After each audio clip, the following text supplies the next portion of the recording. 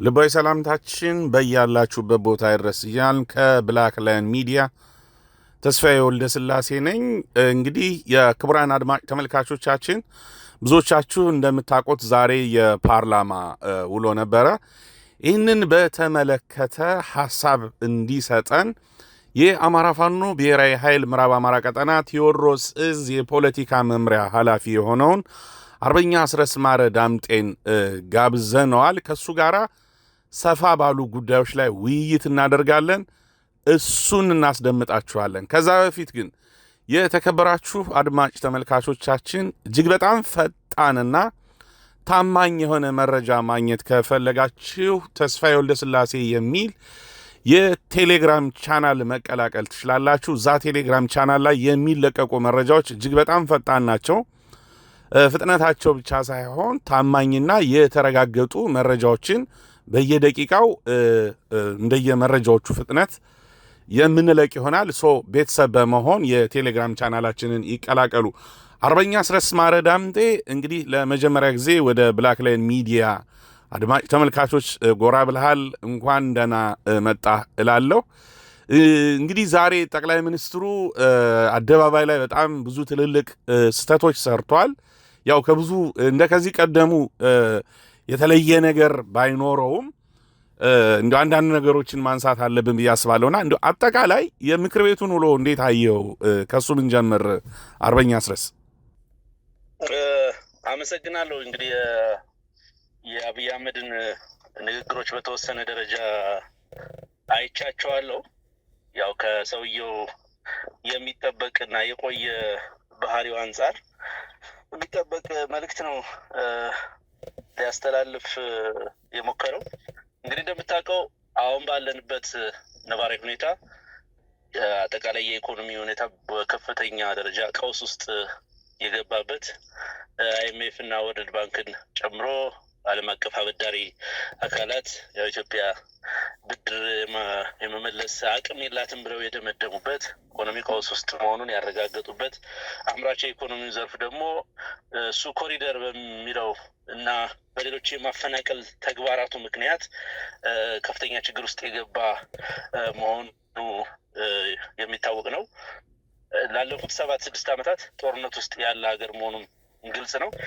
እነኚህን ነባራዊ ሁኔታዎች በንግግሮች፣ በቃላቶች፣ በተረቶች ለመሸፈን በጣም ሰፊ ዝግጅት አድርጎ የተናገረው መሆኑ ይታወቃል። እንግዲህ እንደሰማው በርከት ያሉ ተረቶችን ሲናገር ነበረ። ዳንኤል ክብረት ስራ በዝቶበት የሰነበተ ነው የሚመስለው። ያው የአብይ ንግግርም የዳንኤል ተረትም የፓርላማው ጭብጨባም የማይቀይራቸው መራር ሀቆች አሉ እዚህ ሀገር ላይ ለብልጽግና ሰዎች በጣም የሚጎመዝዙ ሀቆች ማለት ነው። ያው ብልጽግና እየተንኮታኮተ ነው ያለው። የፓርቲው ሰው አደም ፋራም ሲናገር ሲገልጽ እንደነበረው 8900 ነው ምናምን አመራሮችን 613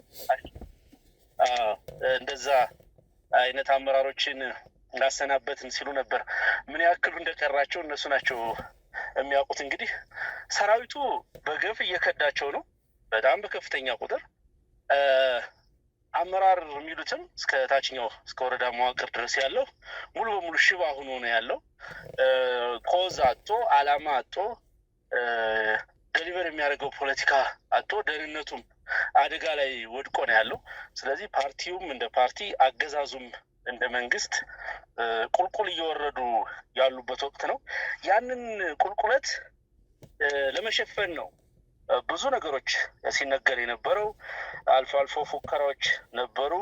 አልፎ አልፎ መታበዮች የሚታይበት ነገር ሲናገር ነበረ። በርካታ ነገሮችን ማንሳት ይቻላል። ውሸት ደጋግሞ የዋሻቸው ውሸቶች አሉ። ሌሎች በርካታ ነገሮችንም እንዲሁ ሲገልጽ ነበር። አንዳንዶቹ ደግሞ ድንቁርና ጭምር የተቀላቀለባቸው የፖለቲካዊ የሆኑ ሀሳቦችም ሲንጸባረቁበት ነበረ። በዚህ ሂደት በተለይ የፋኖን ተጋድሎ ዝቅ አድርጎ ለማየት የሄደበትን ርቀት መታዘብ ችያለሁ። አሁን ያለው የትብብር ሂደቶች የጦርነቱ አጠቃላይ ሁኔታ ከፍተኛ ጭንቀት ውስጥ ስለጣለው ያንን ጭንቀት ለመሸፈን እና ለደጋፊ ነው ለሚለው የተወሰነ ማህበረሰብ ክፍል ኮንፊደንስ ለመስጠት ከዛ ባለፈ ደግሞ ጠላቴ ነው በሚለው ላይም የሞራል ብልጫ ለመያዝ በጣም ብዙ ርቀት ለመሄድ ሞክሯል። ነገር ግን እንዳነሳሁት ያሉት ነባራዊ ሀቆች በዚህ ቅጥፈት ሊሸፈኑ የማይችሉ ነገሮች መሆናቸውን ነው የታዘብኩት። አመሰግናለሁ አርበኛ አስረስ። ሰውየው ኢትዮጵያ ውስጥ ጀምሮ የሚጨርስ መሪ ታይቶ አያውቅም። እኔ ነኝ የመጀመሪያው። ከዛም ባሻገር ኢትዮጵያ ውስጥ ልማት ነው ያለው። ይሄንን አፍሪካ ያሉ የሌሎች ሀገራት መንግስታት የሚቀኑበት ልማት ነው ያለን። ኢትዮጵያ ዘመን መጥቶላታል፣ ሰማይ ተከፍቶላታል፣ በርና መስኮት ተከፍቶላታል። ያንን ማየት አለማየት የግለሰቡ ውሳኔ ይሆናል። በብዙ መንገድ ይሄ ጊዜ የኢትዮጵያ ጊዜ ነው የሚል እንግዲህ እኛም ማናቃት አይነት ሌላ ኢትዮጵያ ምስል ከስተዋልና እንደው እዚህ ንግግር ላይ ምን ማለት ይቻላል? እውን የኢትዮጵያ መንግስት ሌሎች አፍሪካ ሀገራት መንግስታት ይቀኑበታል ማለት ይቻላል? እንግዲህ የተናገረውን ቃላት ሁሉ እናንሳው ከተባለ አውሎ ያሳድራል። ተስፍሽ አብይ አህመድ አንድ የተለመደ ባህሪው ራሱም በህልም ዓለም መኖር ይፈልጋል፣ ህዝቡንም በህልምና በቅዠት ዓለም ውስጥ ማኖር ይፈልጋል። ብዙ ነገሮች ሲያነሳ ነበር። አሁን ካልከው በተጨማሪ አዲስ አበባ ውስጥ ከ1000 በላይ ስቴዲየሞች ሰርተናል፣ መጪው ጊዜ የኢትዮጵያ እግር ኳስ ዘመን ነው እያለ ሁሉ ሲናገር ነበረ። ልክ ለወጣት እንደሚያስብ ለትውልድ እንደሚያስብ መሪ ዛሬ በእያንዳንዱ ተራራና ሸለቆ በርካታ የኢትዮጵያ ወጣቶች መስራት፣ ማደግ፣ መማር የሚገባቸው ወጣቶች አብይ አህመድ በቀሰቀሰው የጦርነት ፕሮጀክት ምክንያት በየቀጠናው በየሸለቆው እየረገፉ ነው ያሉት። ከሁሉም የኢትዮጵያ ብሔረሰብ ወደ አማራ ክልል ለጦርነት ፋኖ ጋር እንዲዋጉ የሚላክ ወጣት አገር ሊያበለጽግ ሊያሳድግ የሚችል ወጣት የጥይት ራት እየሆነ ያለበት ነባራዊ ሁኔታ ነው ያለው። ዛሬ በርካታ ህጻናት ከትምህርት ገበታ ተገለው ነው ያሉት። አማራ ክልል ከ80% እና ከዛም በላይ የሚሆነው ቀጠና በፋኖ ቁጥጥር ስር ነው ያለው። ኦሮሚያ ምዕራብ እና ደቡብ አካባቢ በከፊል በኦሌ ቁጥጥር ስር ነው ያለው። የትግራይ ክልል ሙሉ በሙሉ ከአብይ አህመድ ቁጥጥር ውጭ ነው ያለው። በሶማሌ፣ በአፋር፣ በሌሎችም ቀጠናዎች የታጠቁም ያልታጠቁም ድርጅቶች አገዛዙ ላይ ተጋድሎ እያደረጉ ነው ያሉት። በአንድ ወቅት የዓለም አቀፍ ኮንፈረንሶች ሀብ የነበረችዋ አዲስ አበባ የዲፕሎማቲክ ማህበረሰቡ ማዕከል የነበረው አዲስ አበባ ዛሬ ላይ የአሜሪካ የአውሮፓ መንግስታት የዜጎቻቸውን እንቅስቃሴ የሚከታተሉበት በተለያየ ጊዜ የአላርም መልእክቶች የሚሰጡባቸው የጦርነት ቀጠናዎች ናቸው። ከአዲስ አበባ በትንሽ ኪሎሜትሮች ርቀት የብልጽግና አመራሮች የሚገደሉበት የሚታፈኑበት ሁኔታ ነው ያለው። ይህ ብቻ አይደለም። ከአዲስ አበባ ወደ ሁሉም የሀገሪቱ አካባቢዎች በትራንስፖርት መንቀሳቀስ በሞት መንጋጋ መሀል የማለፍ በጣም አደገኛ እጅግ አደገኛ ተግባር ከሆነ 6-7 ዓመታት እየተቆጠሩ ነው ያሉት። አጠቃላይ ኢትዮጵያ ውስጥ የነበረውን ሶሻል ፋብሪክ ኢትዮጵያ ውስጥ የነበረውን በብሔሮች በህዝቦች መካከል የነበረውን አንድነት የሚበጣጥስ በርካታ ተግባራት አብይ አህመድ ሲፈጽም ነው የቆየው። አገሩ ከፍተኛው የሆነው የኢኮኖሚው ክፍል ለእርስ በርስ ጦርነት እየዋለ ነው የሚገኘው። ይህ ዘመን ለኢትዮጵያ በአጠቃላይ ጽልመት ያለበት ዘመን ነው ተብሎ ነው ሊጠቀስ የሚችለው። ያንን ለመሸፈን ነው እንግዲህ ለአብይ አህመድ የከፍታ ዘመን ነው፣ ሌሎች ሀገሮች የሚቀኑበት ነው እያለ በድፍረት በእቡይነት ነው ይህንን ህዝብ የሚዋሸው፣ የፈለገውን ነገር የሚናገረው። ሌላም በርካታ ነገሮችን ሲያነሳ ነበረ እንደሰማውና አጠቃላይ በቅዠት ዓለም ውስጥ ለመኖር እና ህዝቡንም እዛ ውስጥ ለማስገባት ጥረት እያደረገ መሆኑን ነው የታዘብኩት። በተደጋጋሚ በተለያዩ የማህበራዊ ሚዲያ አዘውታሪዎች የሚገለጽ እውነት አለ። ምንድነው? መንግስት ሰራተኛው እንግዲህ የተሻለ ደሞዝ ይከፈለዋል የሚባለው በተለይም ወይም የተሻለ ደሞዝ ማግኘት የነበረበት የጤና ባለሙያው በቀን አንዴ በልቶ የሚውልበት ሀገር፣ አብዛኛው የመንግስት ሰራተኛ የምሳ ሰዓትን የእምነት ተቋማት በመሄድ በሚያሳልፍበት ሀገር ላይ ጠቅላይ ሚኒስትሩ ዛሬ በፓርላማ በ2032 ኢትዮጵያ ከአፍሪካ ቢያንስ ሁለተኛውን ከፍተኛ ኢኮኖሚ ታስመዘግባለች፣ ከ4 ዓመት በኋላ በ2036 ከአፍሪካ የመጀመሪያውን ኢኮኖሚ እንይዛለን፣ ይህንንም እናሳካለን፣ ማንም አያስቆመንም በሚል ጠንከር ያለ መፈክር ጭምር አሰምተዋልና እውን በ2032 ሁለተኛውን የአፍሪካ ኢኮኖሚ አሁን ባለን አያያዝ የዛሬ 15 ዓመት ማሳካትን ይቻላል ብለህ ታምናለህ? ይህን ንግግር እንዴት አየው? ያው ኢትዮጵያ እንደ ሀገር ለመቀጠል እየተንገዳገደች ያለች ሀገር ነች። በአብይ አህመድ የጦርነት ፕሮጀክት ምክንያት እንደ ሀገር ህልውና መቀጠሏ ጥያቄ ውስጥ የገባበት ወቅት ላይ ነው የምንገኘው። አብይ ግን እንዳነሳውልህ እነኚህን ነገሮች ለማዳፈን የሚጠቀማቸው ቅጥፈቶች አሉ። የዚህ ኢኮኖሚክስ እና የዚህ የእድገት ፕሮጀክሽኑ አስቂኝ ነው።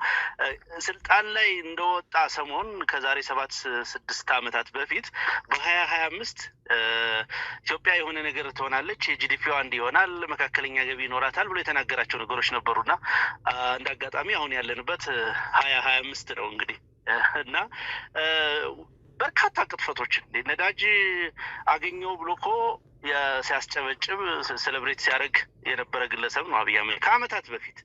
ዛሬ እንኳን የተናገረውን ነገር ሰማ።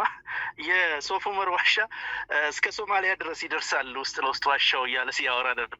በልጅነታችን ምንድን ነው የሆነ ዋሻ ስትናገኝ ይሄ ዋሻ እኮ ከዚህ ተነስቶ እዚህ የሚባል ሀይቅ ይደርሳል፣ እዚህ የሚባል ባህር ይደርሳል እየተባለ የሚነገር ተረት ነበር እና እሱን ተረት ሁሉ ሲተርት ነበር በድፍረት፣ በጣም በድፍረት። ከዚህ በፊት ያው ባሌና ዋሻውን ዲስከቨር እንዳደረገው ልክ ውይይታችን ይቀጥላል። ክቡራን አድማጮች፣ ከዛ በፊት ግን ፈጣንና ታማኝነት ያላቸው መረጃዎችን ለማግኘት ከፈለጋችሁ ተስፋዬ ወልደስላሴ የሚል የቴሌግራም ቻናል አለን። ያንን የቴሌግራም ቻናል በመቀላቀል እጅግ በጣም ፈጣን እንዲሁም ታማኝ የሆኑ መረጃዎችን ማግኘት ትችላላችሁ። አርበኛ አስረስ፣ ወደ ውይይቱን ቀጥል። እስኪመስል ድረስ በተከታታይ የመንግስትን ሚዲያዎች አየር ይዞ ነበር የቆየው። ዛሬም ያንኑ ነገር ሲደግመው ነው የነበረው። ያን ያክል ትኩረት የሚሰጠው ነው ብዬ አላስብም።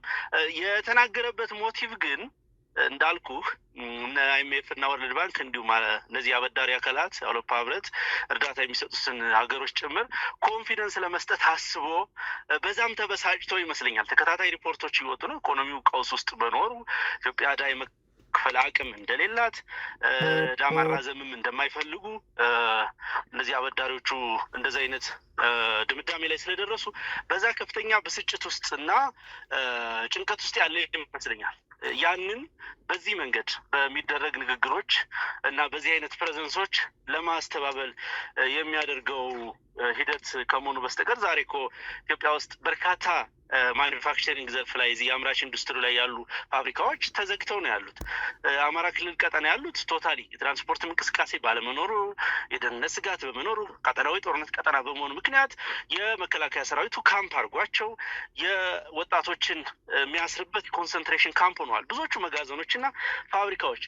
አዲስ አበባ እና የተወሰኑ ሰላም ቀጠናዎች ላይ ያሉ ፋብሪካዎች ደግሞ በውጭ ምንዛሬ እጥረት ምክንያት ጥሬ ዕቃ ማስገባት የማይችሉ በመሆናቸው ተዘግተው ነው ያሉት። ማንኛውም አይነት ሸቀጥ ማግኘት በኮንትሮባንድ ካልሆነ በመደበኛ የንግድ እንቅስቃሴ ሸቀጦች ማግኘት ቅንጦት የሆነበት ደረጃ ነው ያለው። ራሱ መንግስት ነኝ የሚለው አገዛዝ እኮ ከወሎ ወደ ጎጃም፣ ከጎጃም ወደ ወሎ የሚሄደውን ሃይዌይ ከዘጋ 7 ወራትን አስቆጥሯል። ከባህር ዳር ወደ ሞጣ የሚሄዱ መስመሮች የሚሄደውን መኪና መንገድ ከዘጋ 3 ወራትን አስቆጥሯል። ከሌላም ከወረዳ ከተሞች ከዞን ከተሞች ወደ ቀበሌ ከተሞች የሚደረግ የመንገድ እንቅስቃሴዎችን ከተዘጉ በርካታ ጊዜያት ነው። በምን አይነት ተአምር በምን አይነት ምትሃት ነው በዚህ ኢኮኖሚያዊ እንቅስቃሴ በሌለበት፣ ማኒፋክቸሪንግ ዘርፍ በሌለበት፣ የኮንስትራክሽን ዘርፍ በተዘጋበት፣ አጠቃላይ ኢንዱስትሪዎች በቆሙበት ሁኔታ አብይ አህመድ በሚፎክረው እና በሚደነፋው ልክ ያ ነገር ሊሳካ የሚችለው ማሰብ እንግዲህ በጣም እንግዲህ አይናችሁን ጨፍኑና ላሞኛችሁ ካልሆነ በስተቀር ሌላ የምትለው ነገር ሊኖር አይችልም። በዋናነት ግን እነኚህ ነገሮች ሁሉ የሚናገራቸውና የሚያወራቸው በዓለም አቀፍ ደረጃ ዛሬ የኢትዮጵያ ነባራዊ ሁኔታ እጅግ በጣም ኮሳሳ ተንኳሽ ሀገር እየሆነች ከዚህ በፊት በቀጠናው ሰላምን የምታስከብር አንከር ስቴት እንዳልነበረች ሁሉ ዛሬ ለቀጠናው ስጋት በተለይ ለአፍሪካ ቀንድ ስቴቢሊቲ ከፍተኛ ስጋት የሆነች ሀገር እንድትሆን አድርጓታል አብይ አህመድ እና በዚህና በሌሎች አጠቃላይ ሀገር ውስጥ ፖለቲካው ላይ በተከተለው የአውዳሚነትና የወራሪነት የአሸባሪነት የአረመኔነት ስልት ምክንያት ቅቡልነቱ በከፍተኛ ደረጃ ስላሽቆለቆለ በተለይ በዓለም አቀፍ ደረጃው ያንን ለማስተባበል በድፍረት የሚናገራቸው ቃላቶች ናቸው ብለህ ነው ልትረዳ የምችለው። ከተናገራቸው ንግግሮች ሌላ ትኩረቴን የሳበው ነገር በአደባባይ አምባገነንነቱን የገለጸበት አንድ ንግግር አለ። አሁን ኢትዮጵያን የምንመራው እንደ ላዳ ሾፌር ወይንም እንደ ታክሲ ሾፌር ሳይሆን እንደ ባስ ሾፌር ሆነን ነው ሀገሪቱን የምንመራው። የላዳ ሾፌር ወይም የታክሲ ሾፌር ከኋላ የተሳፋሪውን ስሜት ከግምት ውስጥ አስገብቶ ነው የሚጓዘው። ተሳፋሪው በዚህ ግባ ሲለው በግራ የሚታጠፍ በቀኝ ታጠፍ ሲለው በቀኝ የሚታጠፍ አሽከርካሪ ነው። የባሱ ግን በራሱ መንገድ ነው የሚሄደው። እኛ የባስ ሾፌሮች ነን የሚል ሐሳብ ሰጥቷል። እኔ የገባኝ የምንመራውን ህዝብ አናዳምጥም፣ አምባገነኖች ነን የሚል መልእክት ያስተላለፈ ይመስለኛልና ይህንን ሐሳብ እንዴት አየው አርበኛ አስረስ? እንግዲህ እሱ ሊያስረዳ የሚሞክረው እንደምገምተው መሪያችሁ ነኝ፣ ወደ መመራችሁ መንገድ ትሄዳላችሁ፣ እናንተን አልሰማም፣ እናንተ ከኔ የተሻለ አታውቁም በሚል ነው በሹፌር። በነገራችን ላይ አብይ አህመድ የላዳውም የባሱም ወይም የአውቶቡሱም ሹፌር ሳይሆን መንጃ ፍቃድ የሌለው ጠጥቶ የሚያሽከረክር ግለሰብ ብለህ ነው ልትወስደው የምትችለው። እንግዲህ እንደ ሹፌርና እንደ እንትን ካየ ነው። እና የጠጣው ደግሞ አልኮል አይደለም። የጠጣው ሀገር ጠልነትን፣ የህዝብ ጥላቻን፣ አሸባሪነትን፣ አረመኔነትን፣ ክፋትን ነው። በአጠቃላይ እነኝህን ጠጥቶ ነው አሽከርክሬ ወደ ፈለኩበት መንገድ ኢትዮጵያን እወስዳለሁ የሚለው እና ከዚህ ከአምባገነንነቱ ባሻገር ኖርማሊ አምባገነንነት በብዙ ሀገራት ከነ አምባገነንነቱም ሀገርን በማሻገር ለሀገራት ብሔራዊ ስሜቶች ናሽናል ፕራይዶች የተለየ ቦታ በመስጠት ብዙ የሰሩ አምባገነኖችን ልታነሳ ትችላለህ። እሱ ያው አንጻራዊ ስለሆነ የአምባገነንነትን ጉዳይ ካነሳ ዛሬም ድረስ ትላልቅ ሀገራትን የሚመሩ ሀገራቸውን ወደ ትልቅ ደረጃ ያሸጋገሩ ግለሰቦችን ማንሳት ትችላለህ። ነገር ግን በውስጥ ጉዳያቸው ቶታሊ አምባገነን የሆኑ መሪዎችን የመንግስት መሪዎችን ልታነሳ ትችላለህ። አብይ አህመድ ከነኝ ሁሉ ፍጹም የተለየ ነው። ምክንያቱም ኢትዮጵያውያንን የሚጠላ ፍጹም አረመኔያዊ የሆነ መንገድ የሚከተል በመሆኑ ምክንያት ያ አምባገነንነቱ አንዳችም አይነት በጎ ውጤት ሊኖረው አይችልም። የዲሞክራሲ የምናምን ጉዳይ እሱ የቅንጦት ጉዳይ ነው። በነገር ላይ አምባገነን ነው አይደለም ብለህ ማንሳት የዘር ማጥፋት ወንጀሎችን በተለያዩ በወረፋ በሁሉም አካባቢ እየፈጸመ ያለ የሀገሩን መከላከያ ሰራዊት ለሀገር ብሔራዊ ጥቅምና ደህንነት በህግ የተቋቋመውን ሰራዊት የራሱን ህዝብ እንዲጨፈጭፍ ያሰማራ ያለ ርህራሄ ያለ ተጠየቅ ያለ ሞራል ያ የተሰማራ ሰራዊት ደግሞ ዛሬ በአንዳንድ ሀገራት በተለይ ምስራቅ አፍሪካ አካባቢ እንዳሉ ሀገራት እንደምናየው ሰራዊቱ ሬሽን እንኳን ከመንግስት ከሚቀበለው ከአገዛዙ ከሚከፈለው ደሞዝ በተጨማሪ ከእያንዳንዱ ማህበረሰብ ክፍል በማስገደድ ገንዘብ የሚቀበል በማስገደድ የዕለት ፍጆታውን የሚያሟላ እሱ ብቻ ሳይሆን በተለያዩ ሀገራት ቤቶችን ህንፃዎችን የሚገነቡ ዛሬ አቡዳቢ፣ ዱባይ፣ ሌሎች መካከለኛው ምስራቅ ሀገራት አውሮፓ ሀገራት መኖሪያ ቤት የሌለው የመከላከያ ጀነራል አታገኝም። ይሄ ከአብይ አህመድ የተደበቀ አይመስለኝ። እየታወቀ ሆን ተብሎ የሚደረግ ነገር ነው። አንዳንዶቹ አዲስ አበባ ከተማ ክልል ከተሞች በሚሰጣቸው ኮንዶሚኒየም ቤት በሚሰፈርላቸው 500 ካሬ 250 ካሬ መሬት አማካኝነት ነው ይህንን ህዝብ እየጨፈጨፉ ያሉት። ስለዚህ ከአምባገነንነትም ባለፈ ከዚህ ከምትለው ሾፌርነትም ባለፈ አብይ አህመድ በጥላቻ የተሞላ አገዛዝን የሚከተል በመሆኑ በአጠቃላይ ሽብርን አስፍኖ ነው ያለው። ይሄ ሽብር ደግሞ ኢትዮጵያ ውስጥ ብቻ ሳይሆን በቀጠናው በቀንዱ በአፍሪካ ቀንድ ባለው ህዝብ አጠቃላይ ህልውና ላይ አደጋ ደቅኖ ነው ያለው። ከዚህ ጀርባ ያሉ አዳዲስ ኃይሎች በከፍተኛ የሆነ የገንዘብ አቅም ያላቸው በነዳጅና በሌሎች ምክንያቶች የበለጸጉ ሀገራትን ስፖንሰርነት ተጠቅሞ በሁሉም በቀጠናው ሀገራት ላይ አደጋ እንዲያንዣብብ ያደረገ ኢትዮጵያ በታሪኳ ለመጀመሪያ ጊዜ ለጎረቤት ሀገሮቿ የህልውና ስጋት ሆና አታውቅም። አሁን ባለው ነባራዊ ሁኔታ በአብይ አህመድ ዘመን ግን ያ ስጋት እንዲደቀን ያደረገ ከሁሉም ጎረቤቶቿ ጋር ያላት ግንኙነት 100% የተበላሸ እንዲሆን ያደረገ ዜጎች ከክፍለ ሀገር ሳይሆን ከሆነ ገጠር ሳይሆን ከመሀል አዲስ አበባ ከ4 ኪሎ ከፒያሳ ከሌሎች የአዲስ አበባ ቀጠናዎች በገፍ ያለ ካሳ ያለ ፍትህ መብታቸው ተነፍጎ እንዲፈናቀሉ ሜዳ ላይ እንዲወድቁ የተደረገበት አገዛዝ በተለይ ደግሞ ጥቂት የተለዩ ህዝቦችን የተለየ ህዝብን ትኩረት ያደረገ በዋናነት የአማራን ህዝብ ማፈናቀል፣ ማሳደድ፣ ተቅበዝባዥ ማድረግ፣ ህልውናውን አደጋ ላይ መጣልን ታሳቢ ያደረገ ፕሮጀክት እየተገበረ ያለ ነው። እንግዲህ እያንዳንዱ ኮሪደር ልማት የምትለው እያንዳንዱ አበባ ከተተከለው አበባ ጀርባ የብዙ የአማራ እናቶች፣ የብዙ የአማራ ህጻናት፣ የብዙ የአማራ አባቶች እንባና ደም አለ። ስለዚህ ይህንን የሚያደርግ ግለሰብ ነው አብይ አህመድና ስለሱ አምባገነንነት ማውራት እውነት ጉዳዩን በጣም ማቅለል በጣም እየተፈጸመ ያለውን ውድመት ዝቅ አድርጎ እንደማየት ስለምቆጥረው በዚህ ደረጃ የሚገለጽ ካልሆነ በስተቀር ስለ አምባገነንነቱ ማንሳት አንችልም ብዬ ነው የማስበው። ሌላው ምንድነው አፍሪካ ውስጥ በትጥቅ ትግል የመጣ ለውጥ የለም። ስልጣን የሰጠናቸው ከጫካ አምጥተን ሚኒስትር ያደረግናቸው ታጋዮች አሉ ብሏል። ሸለቆ ለሸለቆ ከመዞር ውጭ አታሸንፉንም። በተለይ በስም ጠርቶ አባይ ሸለቆ 1000 ዓመት ትሽሎከሎካላችሁ እንጂ አታሸንፉንም የሚል ድንፋታም ተናግሯል። ፋኖን የአማራ ሸኔ የሚል ቃል ለሁለተኛ ጊዜ ደግሞታል። ለሐሳብ ፖለቲካ በራችን ክፍት ነው፣ ኑ ተደራድረን አብረን እንስራ የሚል መልእክት አስተላልፏልና እዚህ ጋር ምን ምላሽ አለ? የአባይ ሸለቆ እንግዲህ ቅርብ ጊዜ ታስታውስ እንደሆነ አንተም ፕሮግራም ስንሰራበት ነበር እየቆራረጥክና አንድ መልእክት ያስተላለፍኩበት ቦታ ነበር እዛ አባይ ሸለቆ አካባቢና ብዙ ተጋድሎም የተደረገበት አካባቢ መሆኑ እኔ በአንድ በኩል እንደውም መልእክቶቹንም ጭምር በደንብ እንደሚሰማቸው ነው የታዘብኩ። ደጋግሞ አባይ ሸለቆን ሲጠራ እውነት ለመናገር አባይ ሸለቆ አይደለም አሁን የአማራ ፋኖ ትግል 4 ኪሎን እያንቀጠቀጠ ነው፣ ባህር ዳርን እያንቀጠቀጠ ነው።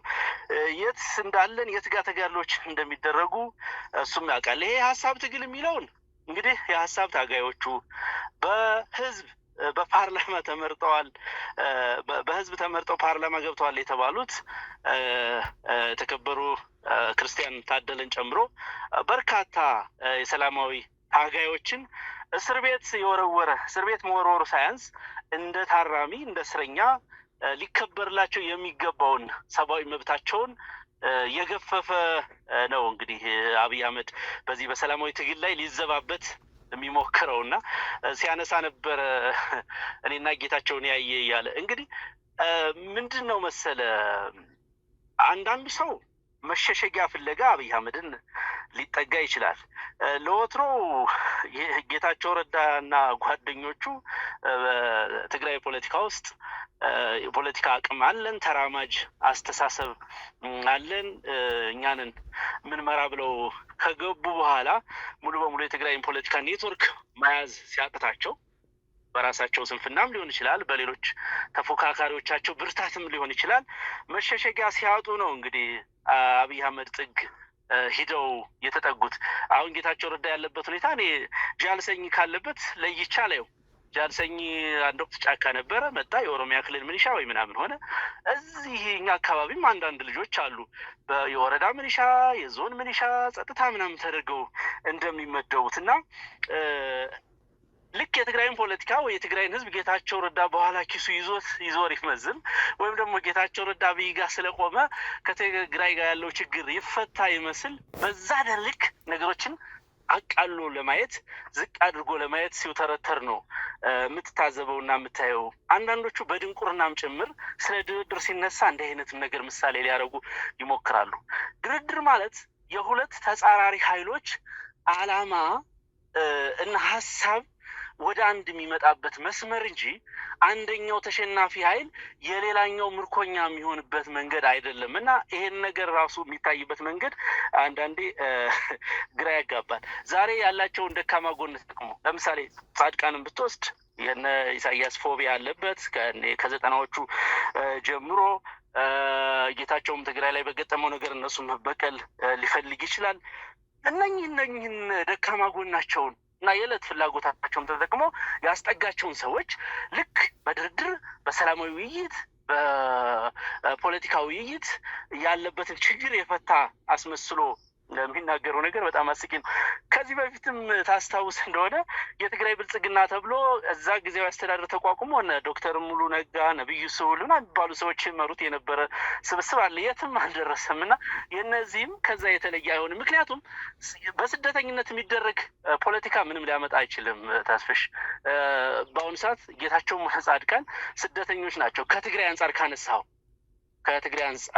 ስለዚህ መሬቱ ላይ ሳይኖሩ ህዝቡ ጋር ሳይኖሩ ሊያሳኩት የሚችሉት ፖለቲካ የለም። አብይ አህመድ የሚመጻደቀው እነኝህን ሰዎች ይዤ የትግራይን ፖለቲካ ወይ የሰሜኑን ፖለቲካ አሸንፋለሁ በሚል ሂሳብ ነው። እንዲህ አይነቱን ነገር ነው ድርድር የሚለው። እንዲህ አይነቱን ነገር ነው በእኛ ትግል ላይም ሊያላግጥበት የሚፈልገውና የሚሞክረው።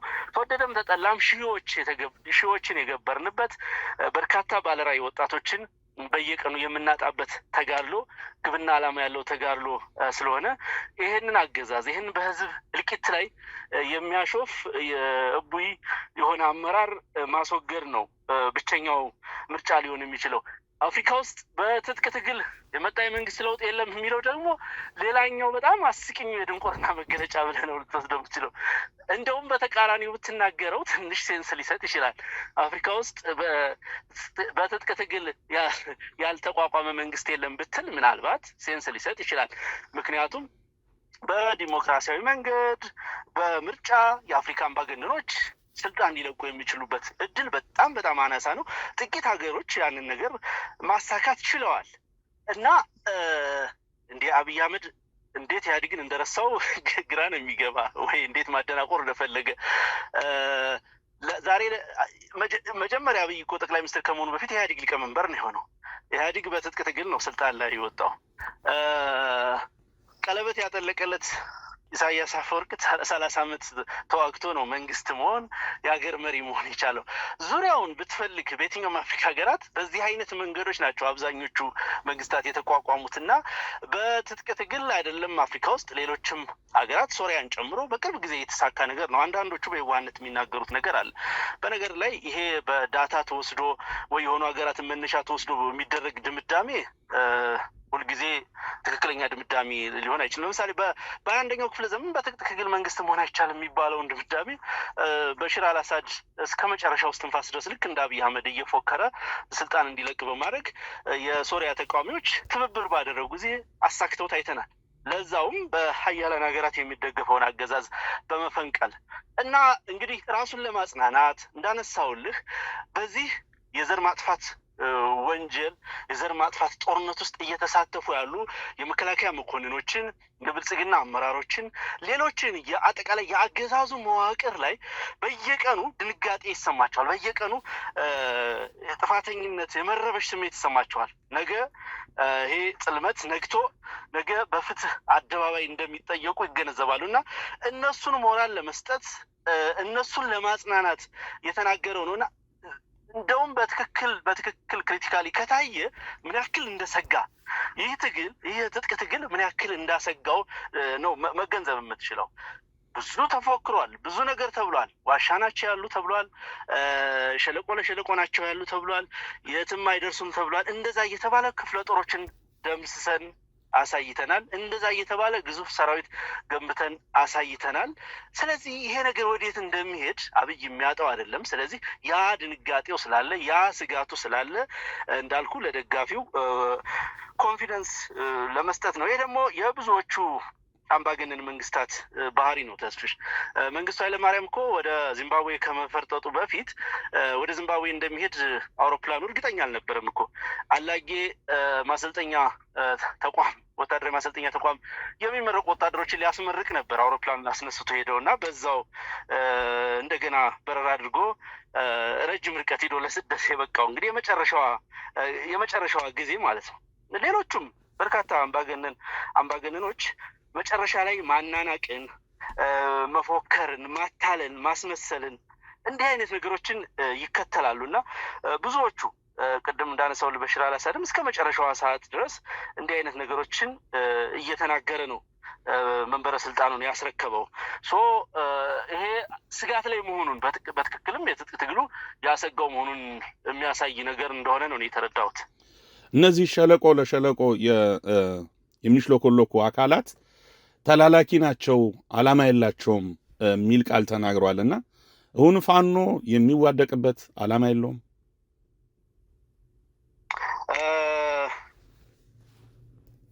እንግዲህ ተላላኪ የሚለው ቅርብ ጊዜ ነው በጣም በጣም በጣም አስፍተው የመጡበት። ከዚህ በፊት መጀመሪያ አካባቢ የሚገርመው ነገር ተመሳሳይ ቋንቋ እንኳን ለመጠቀም ይቸገራሉ።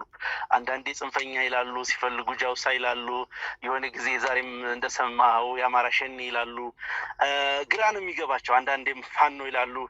ከዚህ በፊት በነበረው የፓርላማ ንግግሩ እየተደራደርን ነው ሁሉ ራሱ ብሎ ሲናገር ነበር እና እነኚህ መላላክ፣ ባዳ ምናምን የሚሉ ቃላት የመጡት በቅርብ ጊዜ የመጣውን ጥምረት የሚመስል ነገር በመስጋት እንደሆነ ነው የምረዳው። በነገራችን ላይ በአብይ አህመድ ህልውናቸው አደጋ ላይ የወደቀ ማህበረሰብ እና ህዝብ መተባበር እንዳለበት፣ አንድ ላይ መስራት እንዳለበት መናገር ከጀመርን ትንሽ ቆየት ብለናል። ይህም በምንናገርበት ጊዜ ብዙ ዋጋም ከፍለንበታል። ባልተገባ መንገድ እንፈረጅም ነበር።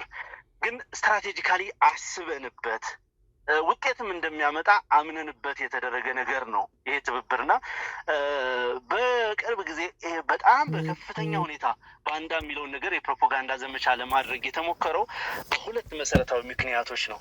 አንደኛ ትብብሩ የእውነትም ውጤት እያመጣ እንደሆነ፣ መልክ እያለው እንደሆነ እያረጋገጡ በመሆኑ ምክንያት ነው።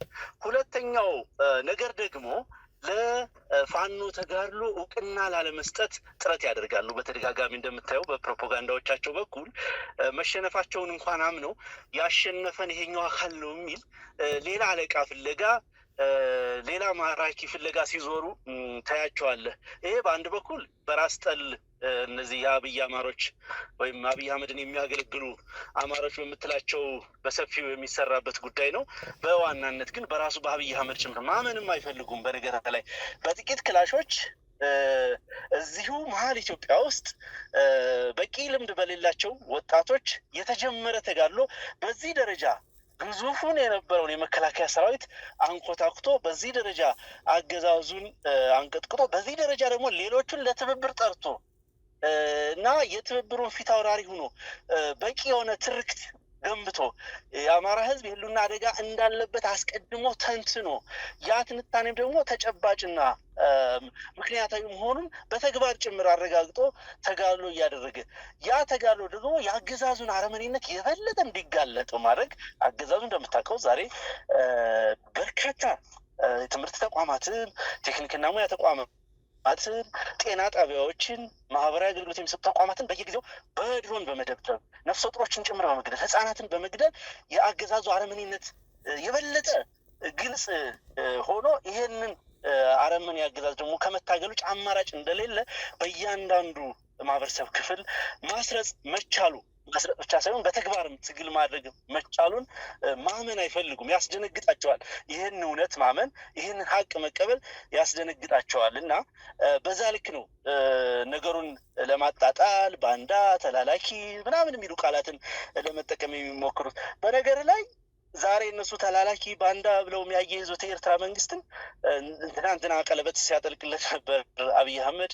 ሌላም ነገር በጣም ብዙ ነገር ሲባል ነበር። እንግዲህ የቆየ ታሪክ አይደለም፣ በአይን ያየን ትናንትና ከትናንት ወዲያ የተፈጸመ ከአመት ከሁለት ዓመት በፊት የነበረ ድርጊት ነው።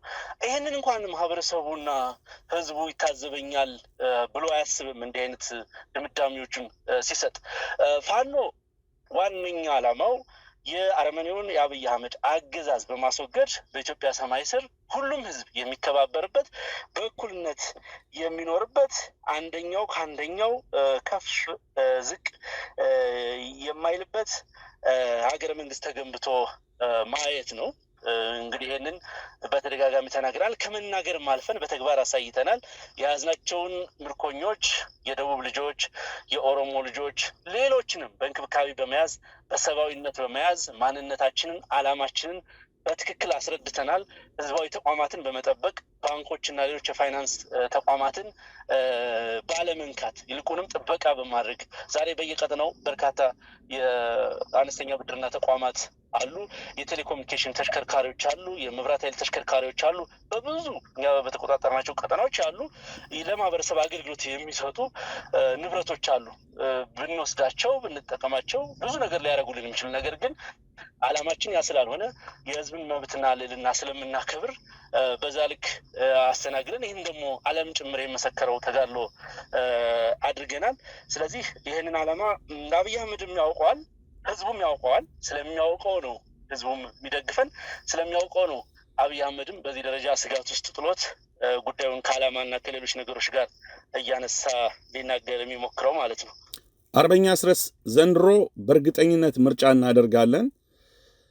እርግጠኛውን የምነግራችሁ ጠረጴዛ የመምታት ያክል እየፎከረን የተናገረው። እርግጠኛ ሆኜ የምነግራችሁ ዘንድሮ ምርጫ እናደርጋለን። 1-2 ቀበሌ ላይ 2-3 ሽፍታ ዞር ስላለ ምርጫው አይቀርም፣ ምርጫውን የማድረግ ሙሉ አቅም አለን የሚል ድንፋታን ያሰማውና መሬት ላይ ያለው ሀቅ ምንድን ነው? እንዲያው በትክክል በተጨባጭ ምርጫ ለማድረግ አይደለም፣ እንዲያው የብልጽግና ሰዎች አንድ ቀን ገብተው ለማደር የሚያስችል ምቹ ሁኔታ አለ። በተለይ የገጠሩ ሰፊው የቆዳ ክፍል እንግዲህ እኔ የራሱን ሰዎች ራሱ እንዴት እንደሚንቃቸው ነው የሚገርመኝ እኮ። በተደጋጋሚ የአማራ ክልል መንግስት ነን የሚሉት ሰዎች እንኳን ያወጧቸውን ሪፖርቶች ሰምተ ይሆናል። ያለውን ችግር ማህበረሰቡ መንቀሳቀስ እንደማይችል፣ ከቦታ ቦታ መሄድ እንደማይችል። አንድ ብልጽግና ካድሬ እኮ ከደብረ ማርቆስ ባህር ዳር በትራንስፖርት አይሄድም እኮ። ከደጀን ባህር ዳር በትራንስፖርት አይሄድም። ከደጀን አዲስ አበባ ሄዶ ከአዲስ አበባ በአውሮፕላን ተሳፍሮ ነው ባህር ዳር የሚሄደው። ከጎንደር አንድ የክልል ወይ የሆነ ዞን አመራር ባህር ዳር መሄድ አይችልም፣ ደሴ መሄድ አይችልም። በአውሮፕላን ነው የሚጓዙት።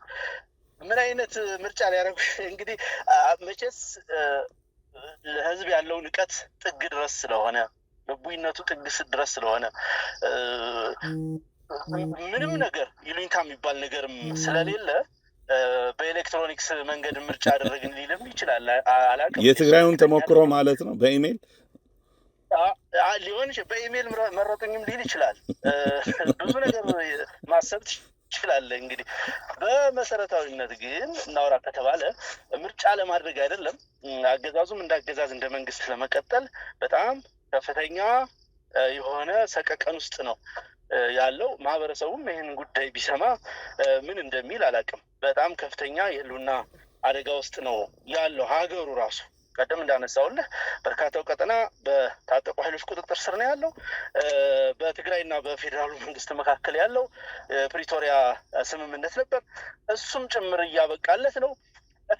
በጣም አስቂኙ ነገር ታጣቂ ኃይል ራሱ እያደራጀ እነኚህ ታጣቂ ኃይሎች ደግሞ ሌላውን ታጠቀ ኃይል እንዲዋጉለት ጭምር እያደረገ ነው አብይ አህመድ ስለ ምርጫ የሚያወራው።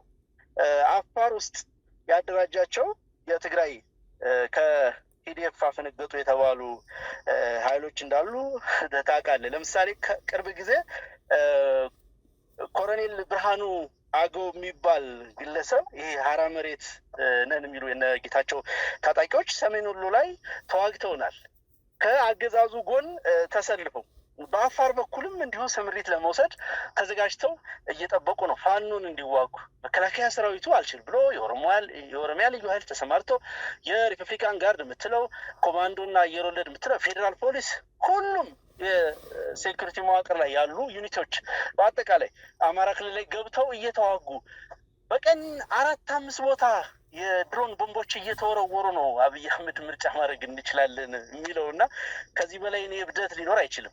የታጠቀ ኃይል የሚያደራጅ ያንን የታጠቀ ኃይል ደግሞ ህዝብ እንዲጨፈጭፍለት የሚያደርግ ስፖንሰር የሚያደርግ የራሱን ህዝብ በታጣቂ የሚታገል ነው አብይ አህመድ ማለት። እንግዲህ በዚህ ባህሪው በዚህ ቁመናው በዚህ መንግስታዊ አስተሳሰቡ ነው ምርጫ አድርጋለሁ ሰላማዊ ምርጫ ይደረጋል እያለ የሚናገረው እና ይሄ ቀልድ ነው። ሌላ ምንም ልትለው አትችልም። ሌላው ሰውየው እጅግ በጣም በእብሪት በመሞላት ከኤርትራ ጋር በተያያዘ ያነሳው ነገር አለ። ወደቡ ጋር በተያያዘ ያነሳው ነገር አለ። ግጠሙን ይዋጣለን አይነት ነገር በአደባባይ ተናግሯልና እሱን እንዴት አየው? ኤርትራ ጋር ወደቡ ጋር ያነሳውን ሐሳብ እንግዲህ ስለ ወደብ ከዚህ በፊትም ተናግሬያለሁ።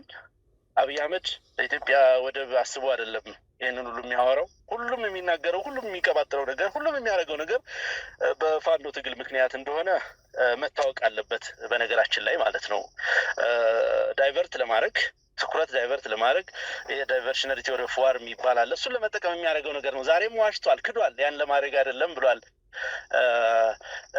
ክቡር ዶክተር ደሳለኝ ጫኔ ያቀረበለትን ጥያቄ ሲመልስ ግን እውነታው ግን ዳይቨርት ለማድረግ ነው፣ ትኩረት ለመቀየር ነው ይሄንን ሁሉ ነገር የሚያወራው እና ስለ ወደቡ ሲያነሳ ያለበት የእውቀት ክፍተት ራሱ በጣም አስቂኝ ነው። እውነት ለመናገር አዚፍ ወደቡ የተገኘው በጦርነት ይመስል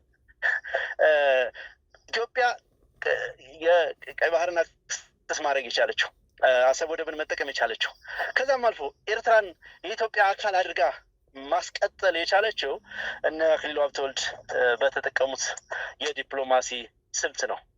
መንገዱም ትክክለኛው መንገድም እሱ ነው ብዬ አምናለሁ። በዛ ዘመን እንኳን እንግዲህ ከረጅም ዓመታት በፊት ነው ይህንን ማሳካት የቻሉት።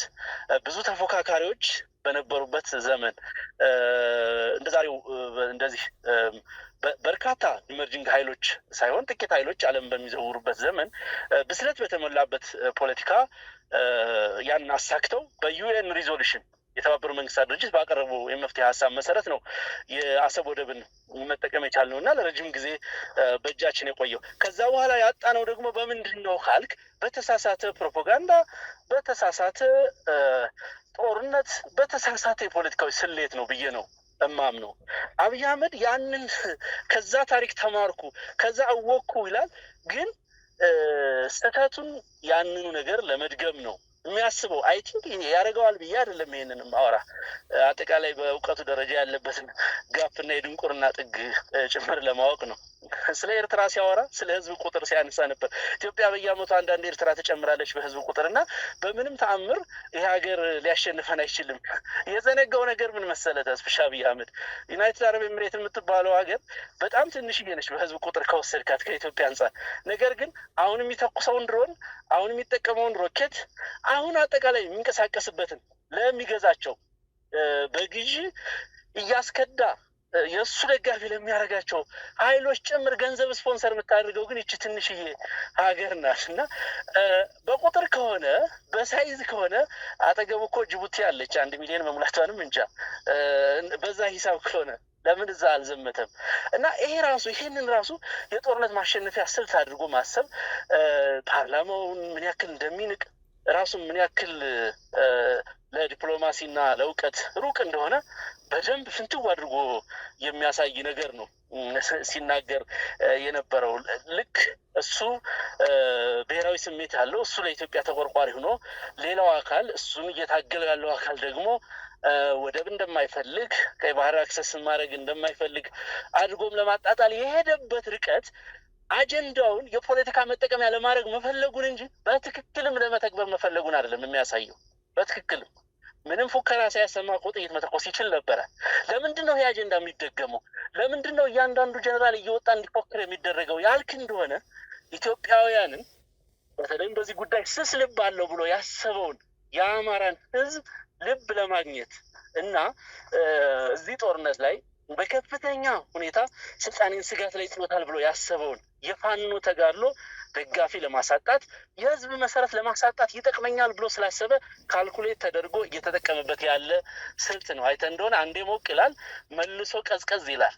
ቀልድ አይደለም። በነገር ላይ በዚህ ሰዓት ቀይ ባህር ላይ ጦርነት አድርጎ አሰብን ይዘው እንኳን የአሰብ ወደብ ለማልማት ስንት ዓመት ይፈጃል? ማን ነው የሚያለመው? ማንስ ነው ሊያለማልህ የሚመጣ? ህጋዊ ባልሆነ መንገድ ይዘህ ህጋዊ ባልሆነ መንገድ ብቻ አይደለም ሌላ አካል የሚፎካከር የሚዋጋ አካል ባለበት ሁኔታ በጣም በርካታ ቢሊዮኖች የሚፈጅ ነው የወደብ ልማት። በጣም ቀልድ አይደለም።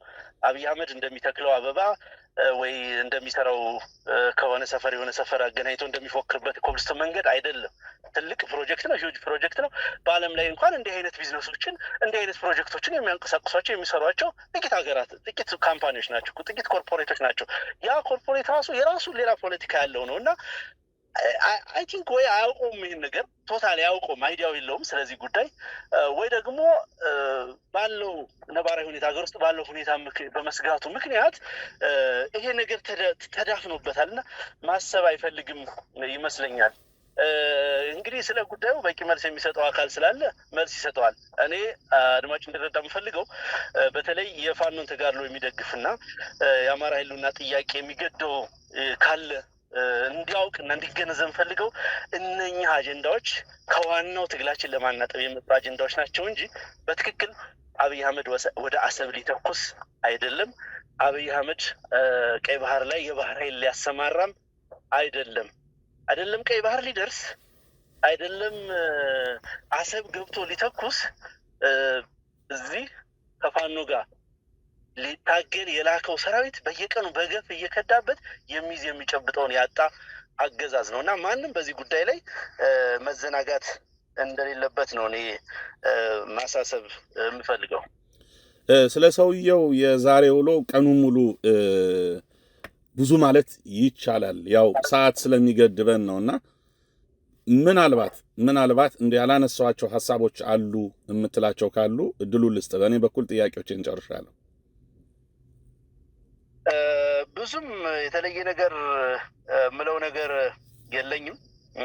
እንግዲህ እንደ መጨረሻ ማንሳት የምፈልገው ከመፎካከር ከመተቻቸት እርስ በርስ ከመዘላለፍ ወጠን በዚህ አረመኔ አገዛዝ ላይ በጋራ እንድንነሳ የሚዲያ ሰዎችም ሌሎች የሚመለከታቸውም ሰዎች በዚህ ላይ እንዲሰሩ አደራ ማለት እፈልጋለሁ። በእርግጠኝነት መታመን ያለበት ፋኖ የአማራ ህዝብ የዚህ ትብብር በአብይ አህመድ ላይ የሚደረግ ማንኛውም ጸረ ብልጽግና ጸረ አብይ አህመድ ተጋድሎ ፊት አውራሪ እና የትርክት ባለቤት መሆኑን ታውቆ በዛ ልክ አሰላለፋችንን አስተካክለን አንድነታችንን ጠብቀን ወደፊት እንድንሄድ አደራ ማለት ፈልጋለሁ። አገዛዙ የመጨረሻው የጽልመት መንገድ ላይ ነው የሚገኘው። ስለዚህ በፍጥነት ጦርነቱን አጠናቀን አገዛዙን እንድናስወግድ ሁሉም የድርሻውን እንዲወጣና በአዲስ ሞራል እንዲነሳ ማሳሰብ ፈልጋለሁ። አመሰግናለሁ። የተከበራችሁ አድማጭ ተመልካቾቻችን የዛሬው የፓርላማ ውሎ ምን እንደሚመስል ከአርበኛ አስረስ ማረ ዳምጤ ጋር ያደረግነውን ቆይታ ነው የተከታተላችሁት። ክቡራን አድማጭ ተመልካቾቻችን በየደቂቃው የሚወጡ ፈጣንና ታማኝ መረጃዎችን ለመከታተል ከፈለጋችሁ ከብላክ ላዮን ሚዲያ የዩቲዩብ ቻናል በተጨማሪ ተስፋዬ ወልደ ስላሴ የሚል የቴሌግራም ቻናል ስላለን ያንን ቻናል በመቀላቀል ፈጣን እንዲሁም ታማኝነት ያለው መረጃ ማግኘት ትችላላችሁ። ቸር ያሰማን።